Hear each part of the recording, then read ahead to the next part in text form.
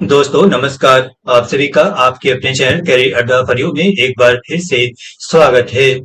दोस्तों, दिल्ली अधीनस्थ सेवा चयन बोर्ड ने विज्ञापन संख्या 01/2025 के तहत कुल 2119 पदों पर भर्ती के लिए देश के सभी योग्य उम्मीदवारों से आवेदन आमंत्रित किया है।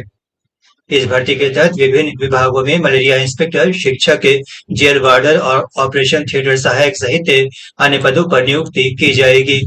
10वीं 12वीं स्नातक, मास्टर डिग्री, बीएड और इंजीनियरिंग जैसी योग्यता रखने वाले उम्मीदवारों के लिए ये एक सुनहरा अवसर है।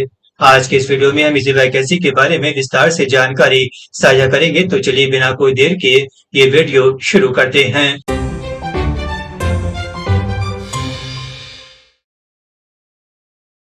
दोस्तों, दिल्ली अधीनस्थ सेवा चयन बोर्ड के लिए ऑनलाइन आवेदन की प्रक्रिया 8 जुलाई 2025 से शुरू हो चुकी है। आवेदन शुल्क जमा करने की अंतिम तारीख 7 अगस्त 2025 रखी गई है। ऑनलाइन आवेदन की अंतिम तारीख भी 7 अगस्त 2025 रात 11:59 तक है। आइए देखते हैं कैटेगरी वाइज वैकेंसी की संख्या कितनी रखी गई है।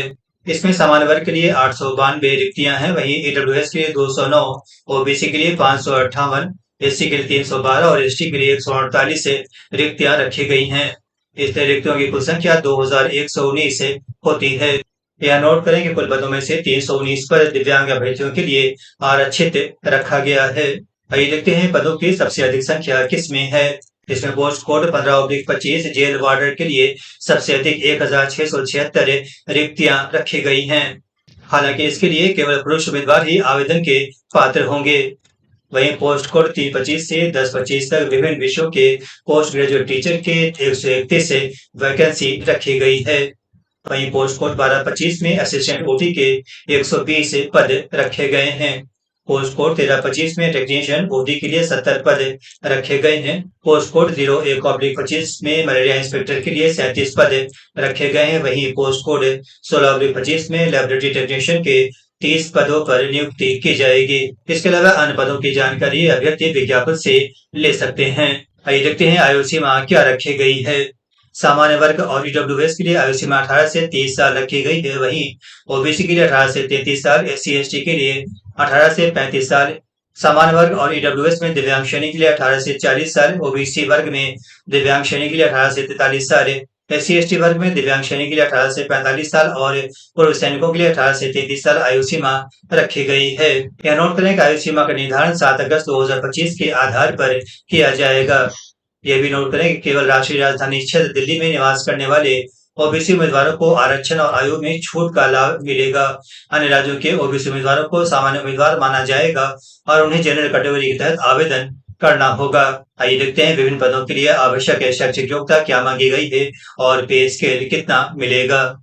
पोस्ट कोड 12/25 का पद असिस्टेंट ओटी का रखा गया है। इसमें चयनित अभ्यर्थियों की नियुक्ति स्वास्थ्य और परिवार कल्याण विभाग में की जाएगी। इसके लिए उम्मीदवारों को किसी मान्यता प्राप्त संस्थान या बोर्ड से विज्ञान विषय के साथ matriculation, higher secondary, senior secondary, 10+2 उत्तीर्ण होना चाहिए। इसके अलावा किसी मान्यता प्राप्त संस्थान से ऑपरेशन रूम असिस्टेंट कोर्स भी उत्तीर्ण होना चाहिए। असिस्टेंट ओटी को 19,900 से 63,200 रुपये पे स्केल के बीच वेतनमान मिलेगा। इसका पे लेवल 2 रखा गया है। पोस्ट कोड 15/25 में वार्डर का पद है। इसके लिए केवल पुरुष उम्मीदवार पात्र होंगे। इसमें चयनित अभ्यर्थियों को दिल्ली जेल में वार्डर के पद पर नियुक्त किया जाएगा। इसके लिए उम्मीदवारों को किसी मान्यता प्राप्त बोर्ड संस्थान से 10+2 सीनियर सेकेंडरी उत्तीर्ण होना चाहिए। जेल वार्डर को 21,700 से 69,100 पे स्केल के तहत वेतनमान मिलेगा। इसका पे लेवल 3 रखा गया है। पोस्ट कोड 0325 से 1025 तक विभिन्न विषयों में पीजीटी मेल और फीमेल का पद रखा गया है। इन पदों के लिए चयनित अभ्यर्थियों को शिक्षा निदेशालय के तहत नियुक्त किया जाएगा। पीजीटी के लिए उम्मीदवारों के पास किसी मान्यता प्राप्त विश्वविद्यालय संस्थान से संबंधित विषय में न्यूनतम 50% अंकों के साथ ग्रेजुएट मास्टर डिग्री होनी चाहिए। इसके अलावा किसी मान्यता प्राप्त विश्वविद्यालय से बीएड या बीए बीएड, बीएससी बीएड या किसी भी एनसीटीई संस्थान से 3 वर्षीय एकीकृत बीएड एमएड होना चाहिए। पीजीटी को 47,600 से 1,51,100 रुपये पे स्केल के तहत वेतनमान मिलेगा। इसका पे लेवल 8 रखा गया है। पोस्ट कोड 13/25 में टेक्नीशियन ओटी का पद रखा गया है। इसमें चयनित अभ्यर्थियों को स्वास्थ्य और परिवार कल्याण विभाग के अंतर्गत नियुक्त किया जाएगा। इसके लिए उम्मीदवारों को किसी मान्यता प्राप्त संस्थान बोर्ड से विज्ञान विषय के साथ matriculation, higher secondary, senior secondary, 10+2 उत्तीर्ण होना चाहिए। इसके अलावा किसी मान्यता प्राप्त संस्थान से ऑपरेशन रूम असिस्टेंट कोर्स भी उत्तीर्ण होना चाहिए। टेक्नीशियन ओटी को 25,500 से 81,100 रुपए पे स्केल के तहत वेतनमान मिलेगा। इसका पे लेवल 4 रखा गया है। पोस्ट कोड 16/25 में लेबोरेटरी टेक्नीशियन का पद रखा गया है। इसमें चयनित अभ्यर्थियों को दिल्ली जल बोर्ड में नियुक्त किया जाएगा। इसके लिए उम्मीदवारों को किसी मान्यता प्राप्त विश्वविद्यालय से केमिस्ट्री विषय के साथ स्नातक उत्तीर्ण होना चाहिए। इसका पे स्केल 29,200 से 92,300 रुपए रखा गया है। इसका पे लेवल 5 है। पोस्ट कोड 01/25 में मलेरिया इंस्पेक्टर का पद है। इसमें चयनित अभ्यर्थियों को नगर निगम दिल्ली के अंतर्गत नियुक्त किया जाएगा। इसके लिए उम्मीदवारों को किसी मान्यता प्राप्त बोर्ड संस्थान से विज्ञान विषय के साथ मैट्रिकुलेशन उत्तीर्ण होना चाहिए। इसके अलावा किसी मान्यता प्राप्त संस्थान से स्वच्छता निरीक्षक डिप्लोमा या मलेरिया निरीक्षक कोर्स उत्तीर्ण होना चाहिए। इसके अलावा मच्छर नियंत्रण कार्य क्षेत्र में 3 वर्ष का अनुभव भी होना चाहिए। इसके लिए उम्मीदवारों को 35,400 रुपए से 1,12,400 रुपए के बीच पे स्केल मिलेगा। इसका पे लेवल 6 रखा गया है।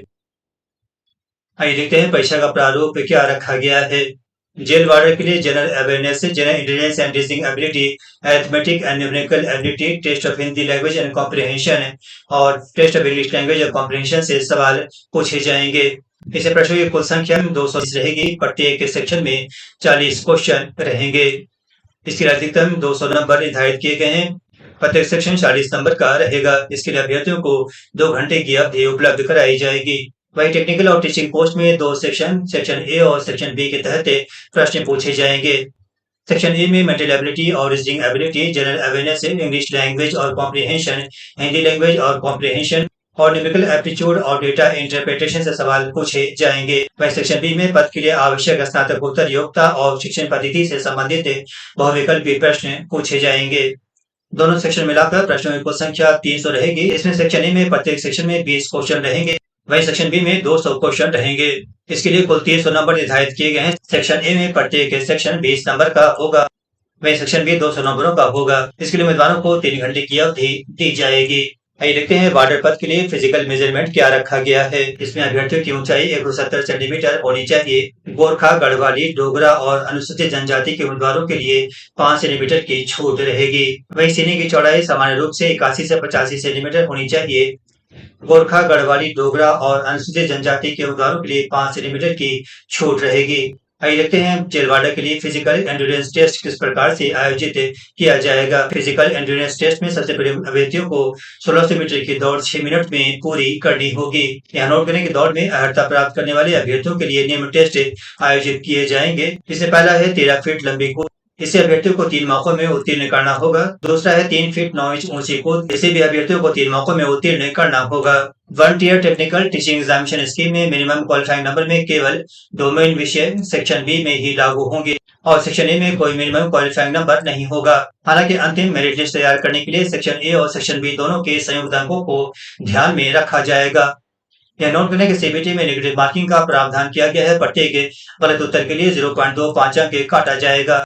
दिल्ली अधीनस्थ सेवा चयन बोर्ड की ओर से आयोजित परीक्षाओं में उत्तर पुस्तिकाओं के दोबारा मूल्यांकन या दोबारा जांच का कोई प्रावधान नहीं है। इस संबंध में किसी भी पत्राचार पर विचार नहीं किया जाएगा। ये भी नोट करें कि बोर्ड की ओर से सीबीटी का आयोजन केवल दिल्ली एनसीआर के केंद्रों पर निर्धारित तारीख और समय पर किया जाएगा। सीबीटी के 1 से 2 सप्ताह पहले डीएसएसबी की आधिकारिक वेबसाइट dssbonline.nic.in पर एडमिट कार्ड उपलब्ध होगा। आइए देखते हैं इन पदों के लिए आवेदन कैसे करें। ऑनलाइन आवेदन से पहले उम्मीदवारों को डीएसएसबी पोर्टल dssbonline.nic.in पर पंजीकरण करना होगा। एप्लीकेशन और रजिस्ट्रेशन का लिंक डिस्क्रिप्शन में उपलब्ध कराया गया है। उम्मीदवार पंजीकरण के बाद अपनी यूजर आईडी और पासवर्ड को परीक्षा की प्रक्रिया पूरी होने तक सुरक्षित रखेंगे। अगर कोई आवेदक एक से अधिक पंजीकरण करता है और परीक्षा के किसी भी चरण में एक से अधिक बार उपस्थित होता है तो उसकी उम्मीदवारी रद्द कर दी जाएगी। यह नोट करें केवल ऑनलाइन आवेदन फॉर्म ही स्वीकार किए जाएंगे। डाक, हाथों हाथ और मेल से प्राप्त आवेदन को स्वीकार नहीं किया जाएगा। इस संबंध में आवेदकों के किसी भी पत्राचार पर विचार नहीं किया जाएगा। आइए देखते हैं आवेदन शुल्क कितना रखा गया है। जनरल और ओबीसी के लिए आवेदन शुल्क 100 रुपए रखा गया है। वहीं महिला उम्मीदवार, एससी, एसटी, दिव्यांग उम्मीदवार और पूर्व सैनिकों को कोई शुल्क नहीं देना होगा। आइए देखते हैं मोड ऑफ पेमेंट क्या रखा गया है। ऑनलाइन आवेदन जमा करने वाले उम्मीदवारों को एग्जामिनेशन फी का भुगतान केवल एसबीआई ई पे के माध्यम से करना होगा। भुगतान के अन्य विकल्पों पर विचार नहीं किया जाएगा। ऐसे उम्मीदवारों का आवेदन खारिज कर दिया जाएगा और शुल्क वापस नहीं होगा। ये भी नोट करें कि आवेदन शुल्क का एक बार भुगतान करने के बाद इसे किसी भी परिस्थिति में वापस नहीं किया जाएगा। Online application registration system portal पर उम्मीदवारों के नए पंजीकरण के लिए निर्देश। केवल उन अभ्यर्थियों के लिए जिन्होंने पहले OARS पोर्टल पर पंजीकरण नहीं कराया है। उम्मीदवारों को पहले DSSB की वेबसाइट पर नए पंजीकरण के लिए क्लिक करें का उपयोग करके ऑनलाइन पंजीकरण करना आवश्यक है। उम्मीदवार DSSB OARS पोर्टल के माध्यम से ऑनलाइन पंजीकरण कर सकते हैं। उम्मीदवारों को पूर्ण रूप से ऑनलाइन पंजीकरण फॉर्म भरने के लिए 30 मिनट का समय निर्धारित किया गया है। ऑनलाइन पंजीकरण से पहले उम्मीदवारों को अपना फोटो, पहचान पत्र जैसे PAN card, voter ID, driving licence, passport आदि JPEG फॉर्मेट में 15 से 60 KB के बीच स्कैन कर तैयार रखना होगा। अभ्यर्थियों को पहचान पत्र के रूप में धुंधला फोटो अपलोड नहीं करना चाहिए। अगर पहचान पत्र के रूप में आधार नंबर प्रदान किया गया है तो स्कैन किए गए किसी ID प्रूफ को अपलोड करने की आवश्यकता नहीं है। दोस्तों, उम्मीद है इस वैकेंसी की जानकारी आप सभी को पसंद आई होगी। जानकारी पसंद आई हो तो फटाफट चैनल को लाइक, सब्सक्राइब, कमेंट और अधिक से अधिक शेयर करें। इसके साथ ही नोटिफिकेशन की घंटी को भी प्रेस करना भूलें ताकि हमारी आने वाली तमाम अहम वीडियो सबसे पहले आप तक पहुंचे। मिलते हैं अगले वीडियो में एक नई और शानदार वैकेंसी के साथ। नमस्कार।